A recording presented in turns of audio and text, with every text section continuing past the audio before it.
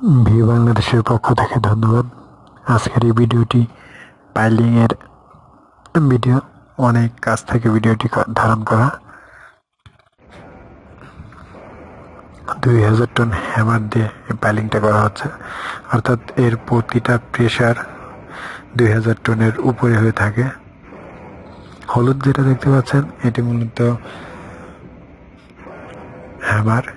Same 3টি hammer Padma ব্রিজের কাজে নিয়ে যেত, তার মধ্যে এটি অন্যতম।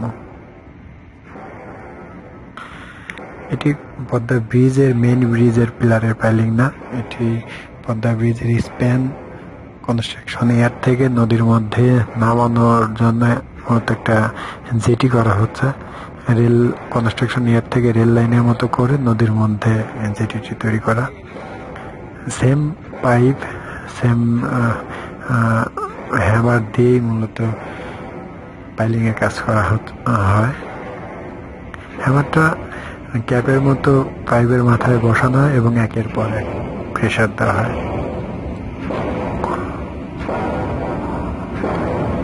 ভিউ বাংলাদেশের ভিডিওতে আপনাদের লাইক, কমেন্ট, শেয়ার সবকিছু মিলিয়ে আসলে কাজের ফাঁকে অনুপ্রাণিত হয়ে ভিডিওটি করা। কাজের ফাঁকে যখন একটু সময় পাই তখন ভিডিওটি করে সবার মাঝে শেয়ার করার চেষ্টা করি।